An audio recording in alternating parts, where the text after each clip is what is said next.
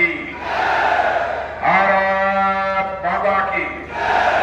बहुत बहुत धन्यवाद। बैठिए। भारतीय जनता पार्टी के क्षेत्रीय अध्यक्ष श्री स्वतंत्र सिसोदिया, जिला प्रभारी वर्गेश और आपके लोकप्रिय प्रत्याशी जो बराबर संसद में आपके क्षेत्र की समस्याओं को भी उठाते रहते हैं और मंत्री के रूप में भी जिन्होंने बहुत ही प्रभावी भूमिका निभाई है, ऐसे डॉक्टर महेश जी शर्मा, जिलाध्यक्ष श्री गजेंद्र जी मावी, महानगर अध्यक्ष नोएडा मनोज गुप्ता, जिलाध्यक्ष बुलंदशहर श्री विकास चौहान, श्री चंद जी शर्मा हमारे विधान परिषद सदस्य, नरेंद्र भाटी जी विधान परिषद सदस्य, श्री अमित चौधरी जिला पंचायत अध्यक्ष, श्री तेज प्रताप जी नागर विधायक दादरी, श्री धीरेन्द्र सिंह विधायक जेवर, श्री लक्ष्मी राज सिंह विधायक सिकंदराबाद, श्रीमती मीनाक्षी सिंह विधायक कोरिया, श्री विकास अग्रवाल क्षेत्रीय महामंत्री, श्री प्रवीण जी पाटिल लोकसभा संयोजक, श्री अनिल सिसोदिया लोकसभा प्रभारी। इस सभा में मौजूद मेरे सभी सम्मानित बहनों एवं भाइयों, लंबे अरसे के बाद किसी सार्वजनिक सभा को संबोधित करने के लिए आज मैं आप सबके सामने खड़ा हुआ। मंच पर आते ही आप लोगों ने बहुत ही गर्मजोशी के साथ मेरा स्वागत किया।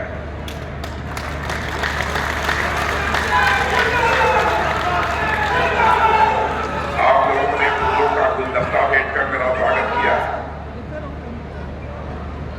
आपने फूलों की मोटी हार पहनाकर मेरा स्वागत किया है। लेकिन आप जानते हैं, भारत की परंपरा है और शिष्टाचार का तकाजा है।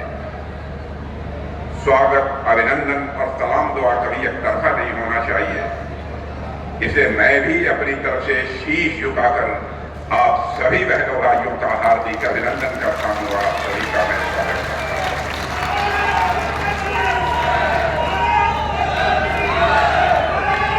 मुझे यह जानकारी दी गई कि आज जिस स्थान पर यह कार्यक्रम हो रहा है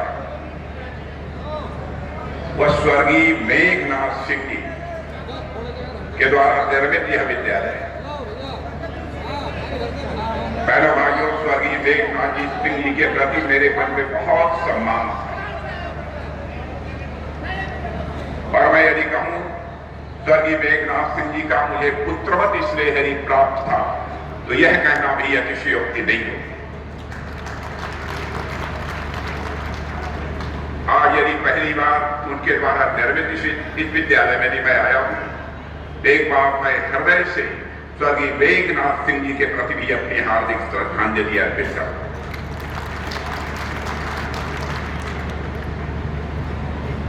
जहां तक नोएडा का प्रश्न है, नोएडा के बारे में आप लोग अच्छी तरह जानते हैं। एक समय था कि नोएडा उत्तर प्रदेश के नेताओं के बहुत दिग्गज बहुत सारे ऐसे नेता थे जिनके लिए करप्शन का, अधिकारियों के बारे में भी कहा जाता है क्या करप्शन का सबसे बड़ा कोई सेंटर है तो नोएडा है। लेकिन आज मैं फख्र के साथ कह सकता हूं कि आज हमारे प्रधानमंत्री मोदी जी और हमारे मुख्यमंत्री योगी जी के नेतृत्व में हमारा यह नोएडा अब करप्शन का सेंटर नहीं रह गया है, बल्कि भारत का एक बहुत बड़ा बिजनेस सेंटर बनकर यह नोएडा खड़ा हो गया है। डबल इंजन की सरकार यानी केंद्र की भारतीय जनता पार्टी की सरकार और यहां उत्तर प्रदेश की भारतीय जनता पार्टी की सरकार ने अपराधियों का जिस प्रकार से खौफ था, अपराधियों का जिस तरीके से बोलबाला था, यहां तक भी जानकारी मिली थी कि कुछ समय के लिए कुछ लोग यहां से पलायन भी कर रहे थे। यह सब सारी बातें मैं समझता हूं अब बीते दिनों की बातें हो रही हैं। लेकिन आप उत्तर प्रदेश ही नहीं, आपको जानकर खुशी होगी कि सारे हिंदुस्तान में पर्यटन और बेहतर कानून व्यवस्था के लिए कोई स्थान जाना जाता है तो हमारा यह नोएडा जाना जाता है। आज उत्तर प्रदेश का भी जहां तक प्रश्न है, मैं कह सकता हूं मुख्यमंत्री योगी जी के नेतृत्व में हमारा यह उत्तर प्रदेश आपराधिक घटनाओं के रिकॉर्ड के लिए नहीं आना है,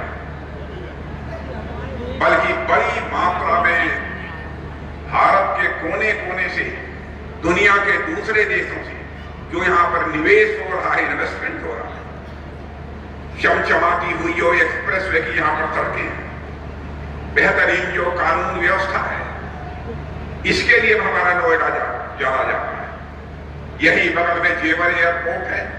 बहनों भाइयों, जब मैं उत्तर प्रदेश का मुख्यमंत्री था, मुझे अच्छी तरह याद है, जेवर एयरपोर्ट का प्रस्ताव लेकर भारत सरकार के पास सबसे पहले मैं गया था। बीच में दूसरी सरकारें आती रही यहां पर उत्तर प्रदेश में, उसे ठंडे बस्ते में डाल दिया था।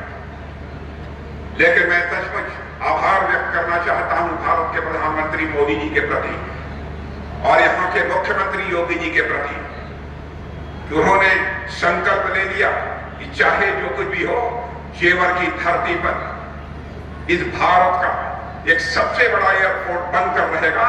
उसको हरी झंडी दिखाई और आज जेवर एयरपोर्ट का काम तेजी के साथ आगे बढ़ रहा है। क्या क्या विकास हुआ है उत्तर प्रदेश में, मुझे बहुत विस्तार में जाकर बताने की आवश्यकता नहीं है, आप सभी अच्छी तरह उससे परिचित हैं। यही हमारा उत्तर प्रदेश हिंदुस्तान में गरीब राज्यों में इसकी गणना की जाती थी, और बहनों भाइयों, आज सीना ठोक कर आप कह सकते हो एक डबल इंजन की सरकार होने के कारण, यानी मोदी जी की सरकार और उन्हीं के नेतृत्व में जो यहां की सरकार योगी जी के नेतृत्व में चल रही है, उसके कारण आज करिश्मा हुआ है। आज हमारा उत्तर प्रदेश हिंदुस्तान के गरीब राज्यों में इसकी गणना नहीं की जाती है, बल्कि आज ऐसे हालात हमारे उत्तर प्रदेश के हो गए हैं, कुछ ही वर्षों में आप देख लेंगे हमारे उत्तर प्रदेश की अर्थव्यवस्था का आकार $1 ट्रिलियन तक पहुंच जाएगा। मेरे बहन भाई, यह हमारी कोई छोटी उपलब्धि नहीं है। पूरे देश के अर्थव्यवस्था का जो आकार होगा, उसमें 5वां हिस्सा यदि किसी का होगा तो उत्तर प्रदेश का। यह कोई सामान्य बात नहीं है, करिश्माई काम हुआ है। राजनीतिक पार्टियों की जो हालत इस समय है, उससे भी आप अच्छी तरह परिचित हैं। भारत के इतिहास में आपने देखा होगा, राजनीतिक पार्टियां जब जब चुनाव हुए जनता के बीच आती रही हैं, तरह तरह के वादे करती रही हैं। हमारी सरकार बना दो, हमको विधायक बना दो, हमको सांसद बना दो, हम यह करिश्मा कर देंगे, हम यह करिश्मा कर देंगे। चुनाव समाप्त हो जाता था, सारे लोग अपने वादों को भूल जाते हैं।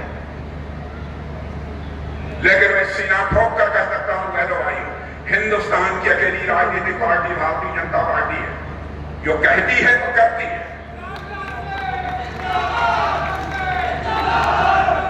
हमारे कहने और करने में कभी कोई अंतर नहीं रहा। किसी को इस पर विश्वास न हो हमारी बातों पर, हमारे चुनावी घोषणा पत्रों को उठाकर देख लें। बहनों भाइयों, आज से नहीं, 1951 से जब हम भारतीय जनसंघ के रूप में काम कर रहे थे, उस समय भी कहा था जिस दिन संसद के दोनों सदनों में हमें बहुमत मिल जाएगा, धारा 370 जिसके तहत जम्मू कश्मीर को एक विशेष दर्जा प्राप्त है, हम उसे चुटकी बजाकर समाप्त करेंगे। और आपने देखा कि धारा 370 को हमने समाप्त किया।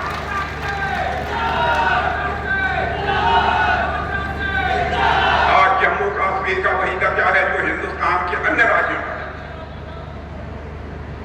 हमने कहा था 1984 से हम कहते आए हैं, जिस दिन हमारी केंद्र में सरकार बन जाएगी, स्पष्ट बहुमत मिल जाएगा, अयोध्या की धरती पर भव्य राम का मंदिर बन कर रहे हैं।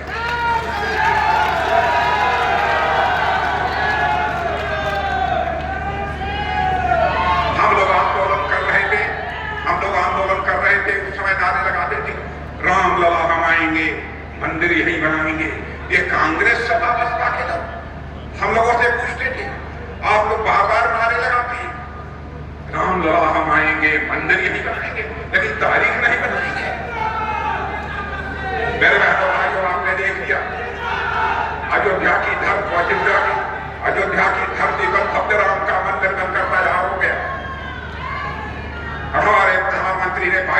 चौधरी को जाकर अयोध्या में उस मंदिर में सभी संत और महात्माओं के नेतृत्व में रामलला की प्राण प्रतिष्ठा कर दी मेरे बहनों भाइयों।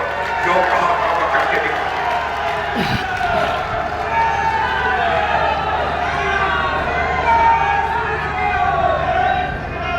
मेरी बात भाई एक मिनट, मेरी बात आपको बहुत ही अतिशयोक्तिपूर्ण लग रही हो, लेकिन मेरे लंबे राजनीतिक जीवन का जो अनुभव है मैं कह सकता हूं, मुझे जो लगता है अब भगवान राम अपनी कुटिया से निकलकर अपने महल में पहुंच चुके हैं।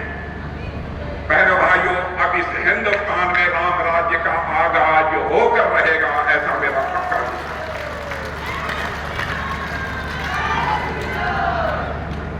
जब लोगों के अंदर कर्तव्य बोध पैदा हो जाए, दायित्व बोध पैदा हो जाए कि हमें क्या करना है, तो आप समझ लीजिए कि राम राज्य आ गया। लेकिन अधिकार बोध यदि पैदा हो जाए कि हाँ ये हमारा अधिकार है, वो हमारा अधिकार है, तब राम राज्य उसे नहीं कहते। कैकेयी को अधिकार बोध पैदा हुआ था, इसी कारण मर्यादा पुरुषोत्तम भगवान राम को 14 वर्षों की जेल की यातना भुगतनी पड़ी थी। लेकिन जीवन में मर्यादाओं का पालन करने वाले भगवान राम थे, उन्होंने सहर्ष उसे स्वीकार किया था। हम लोगों ने कहा था हम आएंगे, 3 तलाक की व्यवस्था को समाप्त करेंगे। कुछ लोगों ने कहा था यह तो मुस्लिम समुदाय के लोगों का मामला है, आप इस मामले में क्यों हस्तक्षेप करते हैं। बहनों भाइयों, मैं डंके की चोट पर यह बात मैं कहना चाहता हूं, कोई मां, कोई बहन, कोई बेटी, चाहे हिंदू हो, मुसलमान हो, चाहे ईसाई हो, चाहे यहूदी हो, चाहे किसी भी धर्म की मानने वाली हो, हम सारे हिंदुस्तान के रहने वाले लोग उसको अपनी मां, बहन और बेटी ही मानते हैं, भले ही और कोई दूसरा मानता। सरकार बने या न बने, हम राजनीति केवल सरकार बनाने के लिए नहीं करते हैं, हम राजनीति करते हैं तो देश बनाने के लिए राजनीति करते हैं।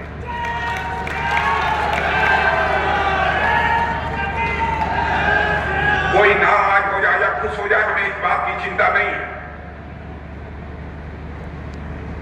हम कैसे किसी को इजाजत दे सकते हैं कि आप किसी बहन से शादी कर लीजिए और 10 दिन के बाद 3 बार तलाक तलाक तलाक बोलकर आप उसकी छुट्टी कर दीजिए। क्या होगा उसके जीवन, क्या होगा उसके भविष्य में। मैंने जानबूझ करके चर्चा की मेरे बहनों भाइयों कि हम लोगों ने जो कहा था सब कुछ किया है, अक्षरशः उसका पालन किया है। अब इन लोगों ने इस जगह एक हंगामा खड़ा कर रखा, प्रधानमंत्री जी के ऊपर प्रश्न चिन्ह लगाने की कोशिश कर रहे हैं। बहनों भाइयों, मैं कहना चाहता हूं हमारे प्रधानमंत्री आज से नहीं जानता, हम लोगों के बहुत ही अच्छे रिश्ते लंबे समय से रहे। कभी भी उन्होंने हिंदू मुसलमान और ईसाई की राजनीति नहीं की, समाज को बांटकर राजनीति करने का हमारे प्रधानमंत्री ने कभी सोचा ही नहीं। उन्होंने एक स्थान पर बोल दिया कि कांग्रेस ने अपने घोषणा पत्र में कहा है कि हम संपत्तियों का सर्वे कराएंगे। अब एक घोषणा पत्र में कहा है तो इस पर लोगों को आपत्ति क्यों होनी चाहिए। आप संपत्तियों का सर्वे कराकर क्या करना चाहते हैं? क्या देश के संसाधनों का समान बंटवारा करना चाहते हैं? क्या करना चाहते हैं? आप कांग्रेस के लोगों से कहना चाहता हूं, आपको अपनी स्थिति साफ करनी चाहिए। डॉक्टर मनमोहन सिंह जी भारत के प्रधानमंत्री थे। डॉक्टर मनमोहन सिंह जी की मैं आज भी इज्जत करता हूं, उनके प्रति मेरे मन में सम्मान है मेरे बहनों। स्वयं ही 9 दिसंबर 2006 को विज्ञान भवन में नेशनल डिफेंस काउंसिल की मीटिंग में डॉक्टर मनमोहन सिंह जी ने कहा, इस देश की संपत्ति पर पहला अधिकार यदि किसी का है तो माइनॉरिटी का है, और स्पेशली उन्होंने कहा था मुस्लिम्स का है। बहनों भाइयों, देश में जो भी संपत्ति है, जो भी संसाधन है, सबका समान अधिकार होना चाहिए। या उन्होंने कहा था, हम लोगों ने नहीं कहा। अब यह प्रधानमंत्री जी ने कह दिया तो उसको लेकर इन लोगों ने हंगामा खड़ा कर दिया। और मैं अभी बताना चाहता हूं, इसी कांग्रेस की गवर्नमेंट ने कई कमीशन बनाए थे। उन कमीशन ने अपनी रिपोर्ट में अपनी संस्तुति दी थी कि 27% जो ओबीसी का रिजर्वेशन है उसमें 6% मुस्लिम का होना चाहिए और 2% माइनॉरिटीज का रिजर्वेशन होना चाहिए। यह कमीशन हम लोगों ने नहीं बनाया था। और बात बहुत आगे तक बढ़ गई कि शेड्यूल कास्ट का यदि कोई धर्म परिवर्तन करता है तो शेड्यूल कास्ट के धर्म परिवर्तन के बावजूद उसको रिजर्वेशन मिलना चाहिए। इतना ही नहीं, जामिया मिलिया यूनिवर्सिटी और अलीगढ़ यूनिवर्सिटी में एससी का और एसटी का शेड्यूल कास्ट का इन लोगों ने रिजर्वेशन समाप्त कर दिया। हिंदू मुसलमान के आधार पर बराबर देश को बांटकर इन लोगों ने सरकार बनाई है। बहनों भाइयों, भारतीय जनता पार्टी जाति, पंथ, मजहब, हिंदू मुसलमान ईसाई के आधार पर बांटकर हम देश को नहीं बनाना चाहते, बल्कि हम सबको साथ रखकर देश को विश्व का महान देश बनाना चाहते। ये लोग क्या कर रहे हैं? अजीबोगरीब स्थिति इन लोगों ने पैदा की। अब एक बात शुरू कर दिया। पहले भाइयों, आपको अखबारों के माध्यम से जानकारी मिली होगी कि गुजरात में, सूरत में हमारा एक कैंडिडेट निर्विरोध जीत गया। भारतीय जनता पार्टी के जीतने का सिलसिला प्रारंभ हो गया और कांग्रेस के लोग और दूसरी राजनीतिक पार्टियां कह रही हैं यह लोकतंत्र के लिए खतरा है। मैं यह पूछना चाहता हूं, कांग्रेस के दोस्तों को कहना चाहता हूं, विरोध पक्ष के लोगों को कहना चाहता हूं, जनता की आंखों में धूल झोंक कर राजनीति मत करो। जनता की आंखों में आंख मिलाकर राजनीति करो। हिम्मत है, आपकी भी हुकूमत थी, कई बार सांसद निर्विरोध चुने गए। आपके सांसद यदि निर्विरोध जीत जाए तो लोकतंत्र मजबूत हो गया, और हमारा एक सांसद निर्विरोध जीत गया तो लोकतंत्र कमजोर हो गया। और इसी उत्तर प्रदेश में मैं याद दिलाना चाहता हूं, 2012 में कन्नौज का बाई इलेक्शन था, उपचुनाव था। डिंपल यादव उस समय निर्विरोध जीती।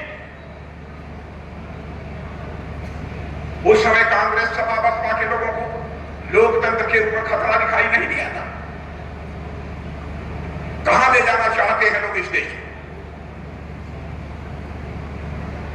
मैं बार बार कहता हूं, राजनीति करनी है तो जनता की आंख में धूल झोंक के राजनीति मत करो, जनता की नजरों से नजर मिलाकर राजनीति करो। यह है तमाशा बना दिया है इन लोगों ने। केवल जनता को गुमराह करके ये समर्थन हासिल करना चाहते हैं। मेरे भाइयों, आज हमारा देश तेजी के साथ आगे बढ़ रहा है। मैं प्रेस के दोस्तों से नहीं कहना चाहता हूं, मेरी कोई बात गलत हो आप टेलीविजन पर चला लीजिएगा, अखबारों में लिख दीजिएगा। मैं वह इंसान हूं कि मेरी गलती हो गई तो इसे मैं स्वीकार कर लूंगा। और यह बात मैं इसलिए कह रहा हूं कि जनता को धोखे में रखकर जिंदगी में राजनीति मैंने नहीं की है। आज हमारा देश तेजी के साथ आगे बढ़ रहा है। सारी दुनिया में भारत का कद बढ़ा है। मुझे याद है कि आज के कुछ वर्षों पहले जब भारत अंतरराष्ट्रीय मंचों पर बोलता था, भारत की बातों को जिस गंभीरता पूर्वक लिया जाना चाहिए नहीं लिया जाता। लेकिन आज यदि अंतरराष्ट्रीय मंचों पर भारत कुछ बोलता है, मेरे बहनों भाइयों, सारी दुनिया कान खोलकर सुनती है भारत बोल क्या रहा है। यह है भारत की हैसियत। अर्थव्यवस्था के आकार के मामले में, यानी धन दौलत के मामले में 2014 में जब मोदी जी भारत के प्रधानमंत्री बने थे, हमारा भारत दुनिया में 11वें स्थान पर खड़ा, करिश्मा कर दिया। 7 वर्षों के अंदर ही हमारा भारत, जो दुनिया के देशों में 11वें स्थान पर धन दौलत के मामले में, इकोनॉमी की साइज, अर्थव्यवस्था के आकार में खड़ा था, आज वह जंप लेकर मेरे बहनों भाइयों 11वें स्थान से 5वें स्थान पर पहुंच गया।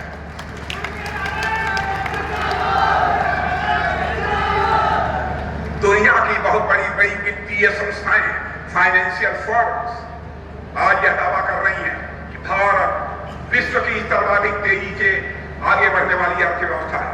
और ऐसे ही भारत आगे बढ़ता रहा तो 2027 यानी आज के 2.5-3 साल के बाद मेरे बहनों भाइयों, हमारा भारत दुनिया की टॉप 3 कंट्री में आकर खड़ा हो जाएगा। क्या हम स्वाभिमानी लोग भारत का मस्तक ऊंचा होते हुए विश्व में नहीं देख सकते? क्या विपक्ष के लोगों को ये अच्छा नहीं लगता? अरे भाई, आलोचना करनी है, आलोचना करो, लेकिन जो अच्छी बातें होती सराहना भी तो की जानी चाहिए। और मैं आपको कहूं, रसिया और यूक्रेन, आपको मालूम है 2 साल से रूस और यूक्रेन के बीच लड़ाई चल रही। जब लड़ाई शुरू हुई उस समय रूस की तरफ से भी मिसाइलें, तो गोले बराबर चल रहे थे। बड़ी संख्या में यूक्रेन में लोग मारे जा रहे थे। यूक्रेन की तरफ से भी रूस बराबर जो है मिसाइल, बम, गोले चल रहे थे। हमारे लगभग 28-30 हजार बच्चे वहां पढ़ते हैं, भारत के रहने वाले। उनके माता पिता को चिंता हुई, यदि कहीं मिसाइल हमारे बच्चे जहां रहते हैं कहीं वहां गिर पड़ी, हमारे बच्चों की जिंदगी के लिए खतरा पैदा हो जाए। तो उनका एक डेलीगेशन हमारे प्रधानमंत्री से मिला और कहा, मोदी जी चाहे जैसे भी हो, जो भी हो, यूक्रेन से हमारे बच्चों को बाहर निकालिए। बहनों भाइयों, हमारे प्रधानमंत्री ने क्षण भर की देर नहीं लगाई। रूस के राष्ट्रपति मिस्टर पुतिन से बात की, यूक्रेन के राष्ट्रपति मिस्टर जेलेंस्की से बात करी, और आपको जानकर खुशी होगी, आपका सीना चौड़ा हो जाएगा। प्रधानमंत्री की बात करने के कारण रूस और यूक्रेन का युद्ध 4.5 घंटे के लिए रुक गया और 22,500 हमारे भारतीय जवान यूक्रेन से चलकर भारत आ गए। यह है भारत। ये लोग हम लोगों के ऊपर देश को बांटने का आरोप लगाते हैं। और अब मुस्लिम देश हैं, मैं अपने मुस्लिम भाइयों को भी कहना चाहता हूं, और अब मुस्लिम देश 5 अरब के मुस्लिम देशों ने अपने यहां का जो सबसे बड़ा सम्मान होता है, उस सम्मान से यदि किसी को नवाजा है दुनिया में, तो हमारे भारत के प्रधानमंत्री नरेंद्र मोदी को नवाजा है।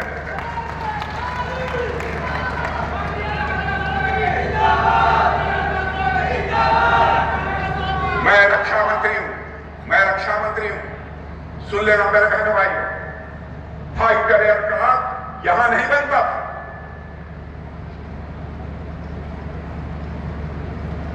आज हमें फाइटर एयरक्राफ्ट बनाते हैं, मिसाइल बनाते हैं, भारत की धरती पर भारतवासियों के हाथों से बनाते हैं। पहले हर चीज लगभग फाइटर प्लेन, मिसाइल, तो टैंक, गोले सब दुनिया के दूसरे देशों से खरीदते। और आज आपको जानकर खुशी होगी, 31,000 करोड़ रुपए का हम एक्सपोर्ट कर चुके, दुनिया को उसके दूसरे देशों को भेज चुके मेरे बहनों में। यह हमारे कांग्रेस के दोस्तों को दिखाई नहीं देता। क्या इससे भारत का मस्तक ऊंचा नहीं होता? और जब से मैं आया हूं तब से 1 लाख, जाकर कागज पर लिखकर देख लीजिएगा, 1 लाख कितना, 1 लाख करोड़ का हमारा डिफेंस प्रोडक्शन उससे अधिक है। अभी भारत में होता ही नहीं। और आज मैं कह रहा हूं मेरे बहन भाइयों कि भारत कमजोर भारत नहीं रह गया है। भारत दुनिया का ताकतवर देश बन गया है। भारत के अंदर वह ताकत है, यदि भारत को कोई आंख दिखाने की कोशिश करे तो भारत उसका मुंहतोड़ जवाब दे सकता है। बहनों भाइयों, आज भारत के अंदर वह कुदरत है। हमारे कांग्रेस और विपक्ष के लोगों को, सपा बसपा के लोगों को ये दिखाई नहीं देता। आज मैं यही कहने आया हूं, लंबे समय के बाद मैं आया हूं बहनों भाई। डॉक्टर महेश शर्मा जी ने विकास भी इस क्षेत्र में बहुत कराया है नहीं शर्मा जी? डॉक्टर महेश शर्मा, महाराज सिंह जी। और मैं बता दूं, डॉक्टर महेश शर्मा आपके लिए सीधे होंगे, लेकिन डॉक्टर महेश शर्मा अपने क्षेत्र का विकास करने के लिए मंत्रियों को बहुत परेशान करते हैं।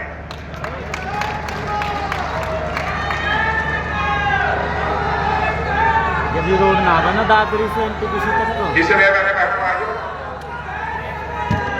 फिर से यदि मोदी जी को भारत का प्रधानमंत्री बनाना है, लक्ष्य ही होना चाहिए कि भारत का मस्तक दुनिया में कौन प्रधानमंत्री ऊंचा कर सकता है। यदि उसे प्रधानमंत्री भारत का बनाना है, 1 लाख 2 लाख 3 लाख 4 लाख वोटों से नहीं, 5 लाख से अधिक वोटों से डॉक्टर महेश शर्मा को जीत कर भारत की संसद में पहुंचना चाहिए। यह मैं आपसे अपील करता हूं।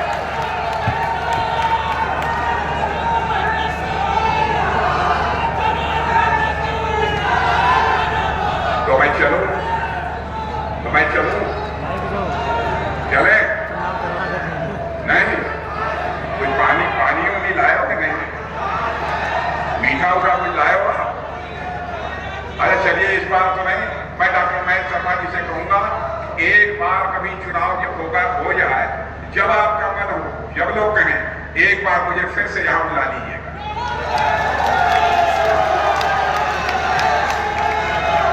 और मेरे बहनों भाइयों, मैं दोबारा यदि आना चाहूंगा, दोबारा आना चाहूंगा तो अपना स्वागत कराने के लिए नहीं आना चाहूंगा, बल्कि एक बार शीश झुकाकर आप सभी के प्रति आभार व्यक्त करने के लिए आना चाहूंगा, आप सभी का अभिनंदन करने के लिए आना चाहूंगा।